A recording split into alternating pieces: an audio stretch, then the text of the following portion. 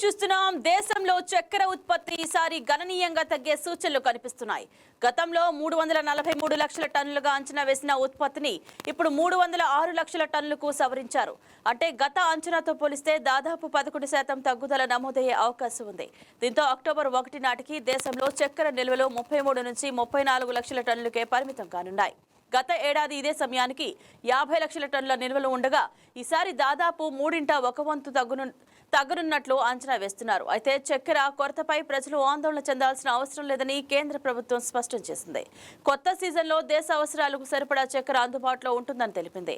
అలాగే ఇథనాల్ ఉత్పత్తి కోసం చక్కెరను భారీగా మళ్లించడం వల్లే కొరత ఏర్పడిందన్న ఆరోపణలను కూడా కేంద్రం తోసిపుచ్చింది.